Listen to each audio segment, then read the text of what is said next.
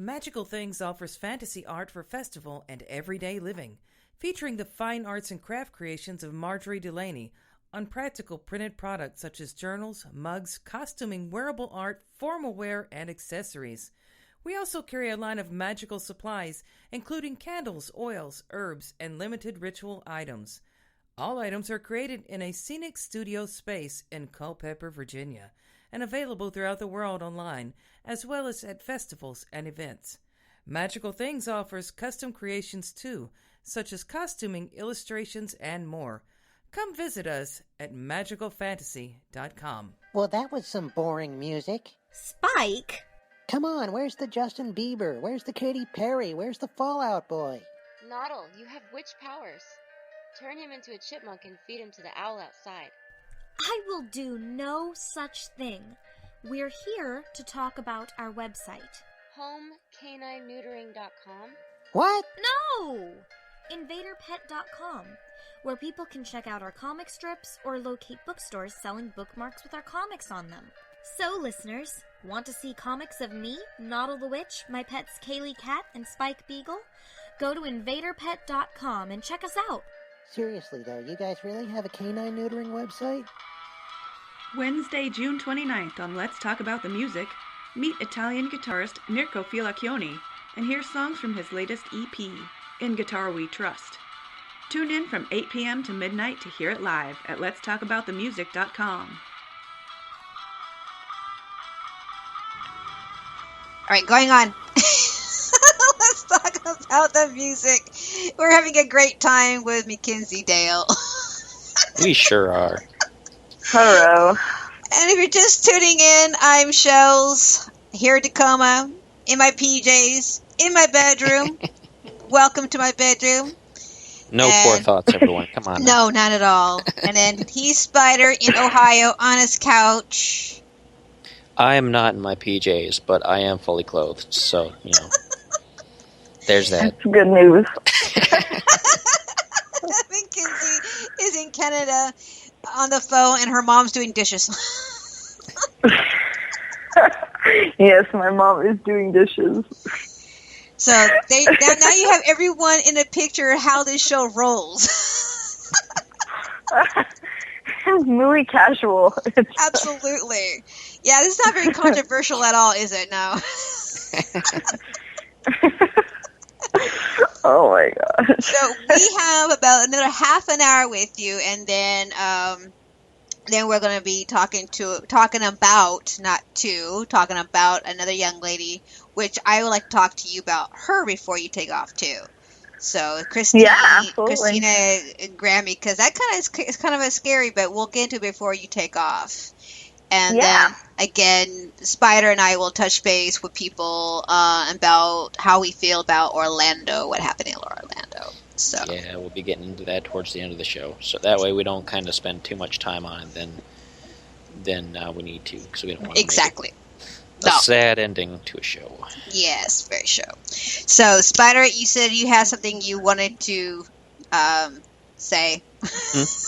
Well, we talked about earlier on in the show. We asked you about some of your favorite female artists as you were growing up and what kind of inspired you.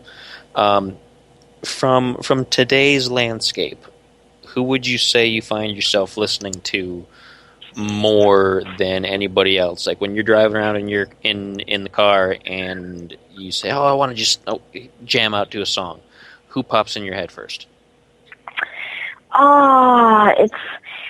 It's hard to pick an exact artist, and maybe it's like a musician thing. I don't know what it is, but I'm gonna go for a genre rather than an artist, because it's never really one artist. But I'm obsessed with 80s music. That's my love. and honestly, like that sounds like a good day to me. Basically, wherever I go, I have a giant 80s playlist, and I have a funny thing about the 80s music that I'll explain in a second. But basically, everywhere I go, I love to just play it because it has such a good vibe. It has such substance, and it just puts you in a good mood. Like, every 80s song just puts you in a good mood, even if it's like a depressing 80s song. It's still like, oh, this is awesome. But it's kind of a weird thing because I have Shazam ready to go all the time because I like to add more and more 80s songs to my playlist whenever I can. And it's weird because I secretly know, like, every 80s song in the world, it seems. And I know that my dad has said that he used to play 80s music a lot when I was a kid. And you know that you have that moment, like, when you're sitting in the car and you physically remember hearing a song. Like, oh, I remember hearing Ariana Grande's new number, like, within the last month. You know, you remember physically hearing it. But I don't physically remember my dad playing these songs. I remember a few, like a few that he played often, but the other ones, I don't recognize the times where I actually ever sat and listened. Like, I don't really think I did. But for some reason, whenever we listen to any radio station that is 80s based, I know every song that plays. And I don't know why, but I know all the melody to it. Sometimes I even know all the lyrics, and I have no idea why. And it's the weirdest thing, but it's super trippy. But I think that's why I love it, because my brain has secretly been, like, storing it, like, data in the cloud for all my life, and now it's deciding to release it. Well, the fun thing about 80s music, and to some extent the 90s music capitalized on it a little bit, but the 80s was kind of the pinnacle of this. It really defined itself as a time period as far as music. Like, you can hear a song from the 80s and you know for a fact that, yep, that song was sometime during the 80s. Just like you can hear a song from the 60s and you can almost say for sure, yep, that song was from the 60s.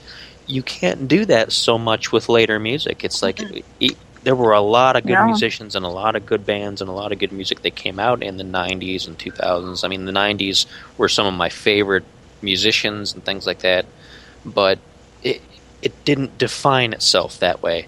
It became a more spread out, more kind of melting pot situation as far as the musical landscape goes. And the 80s is almost like that last great pinnacle of, here they are, you know exactly what this is without even having to know who the group is. You just know this is from this point in time, and it sets itself apart from everything else around it. Exactly. The only thing we'd really be able to identify in the future is dubstep. Yeah, true. That's what our legacy is going to be, dubstep. That's What's the only funny, thing that you can super tell from the 2000s.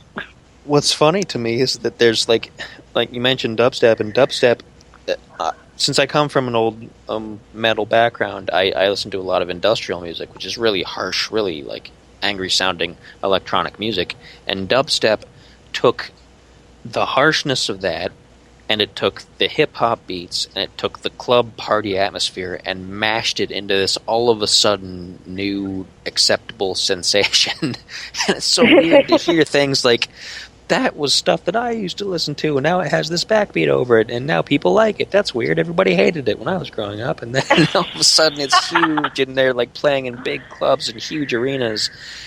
And you have that coming from one side, and then you have the 80s retro kind of nostalgia coming back in, too. There's so many new pop and indie electronic kind of bands that are bringing back that 80s feel. I mean, it's not the same, of course. I mean, I'm not going to try to say that the 80s are back and let's all celebrate, but it gives you a little bit of that warmth in your stomach that, oh yeah, this reminds me of some of that I used to listen to that I really enjoyed, and it kind of it helps smooth things back out and kind of separate from the melting pot some key elements that were really, really impressive.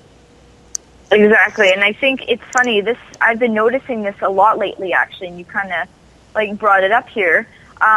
These last 5 years have been riddled with nostalgia. Like, people are capitalizing on insane amounts of nostalgia, and what was that new show that came on, Fuller House? Things like that, and all of a sudden, all the artists from the 90s are popping up, and reunion tours are happening, and, you know, awful movies from the Disney Channel that we used to watch when we were 5 are all of a sudden being played, and everyone is nostalgia crazy, and it's the 90s kids. They didn't want to leave, and now they're bringing it back. Mm-hmm. It's kind of funny, too, because there's so much stuff going on in current events and in the news that we're all just like, oh, well, we don't want to see that anymore. This is terrible stuff that's happening in the world. It seems like the world is at a really kind of grumpy place. And so it seems like in all of our arts and our entertainment, we're trying to kind of go back a little bit and step away from where the planet is right now and kind of move it back a little bit. Let's take it a little bit, take a step back and try to remember all these good times. We just want to be kids again. Like, we want to be those kids that are watching the stupid shows that our parents were wondering what was wrong with us, why we were watching them. But we want to keep watching them even though they were the worst. And the music, the cheesy 90s music, they want it back even though it was also kind of weird. But it's about being a kid, I guess, again. Mm-hmm. That's why I go to Disneyland as a rule all the time. Lucky, I've never ever set foot on Disneyland or World in my life. Are you kidding me? Mm-mm. I tell all my friends, whoever goes to Disneyland, please give Goofy a hug. I'll see him soon. That was my future husband when I was 4.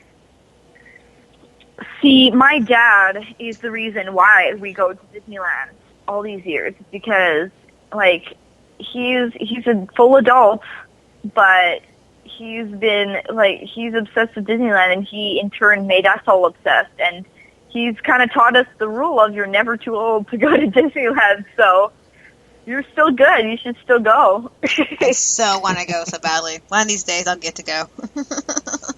Yes, go. Do it. Now, I do have a question. It'll be amazing. Oh, I cannot wait. And I'll give Goofy a hug myself. I do get a question. Someone it was like a while back, I couldn't understand if it was a question or a concern, but he mentioned in the Let's Talk About Music official page, not the group, the page itself, about the difference between a singer and a songwriter. Is there a difference between the two? It's a tricky line to walk, but I think that there can be a big mix. There's definite people who identify as purely singers. Like, you know, those people that just aren't interested in writing, and there's nothing wrong with that. It's just, there's some people that just don't have that in their blood, and I definitely understand that point of view. There's definite times where my brain is just not open in a songwriting way. And then there's the people that are full songwriters. They have the music in their blood, just maybe not so much in their voice, and they prefer to write them rather than sing them. But, you know, honestly, I think that there can be a mix. I think that there definitely can be singers that are hardcore songwriters, and we see it in Proof. We see it in Taylor Swift, who writes her own albums just by herself. We see it in Ed Sheeran. He does that too. And you just have to have a certain brain about you. And I think that it takes a very special person to truly have the songwriter's brain but still be a singer. And it's not as common. Like, it's usually one or the other, or at least a singer that sort of songwrites. But you can definitely see a true songwriter within an actual singer. So they're not always separate, from what I've seen. Okay. Yeah. Well, that's kind of cool. All right. I don't know what he was referring. I was trying to scroll down to all the way through and try to find the question and see what it really was, but I can't. It's buried. It's buried. Oh, yeah. That's what happens. Yeah. Well, everyone has their own thoughts about it. And, of course, like, I can see where he's coming from, because it's very uncommon to have a singer that is, like, you see a lot of singers that do songwrites, like they are willing to do it, but usually they have help, or, you know, they write in committees, or, you know, they'll write a song every once in a while kind of thing. Mm-hmm. But so it's very rare to see an actual singer that is all about songwriting. And it's very cool when you do see them, but they are alive and living.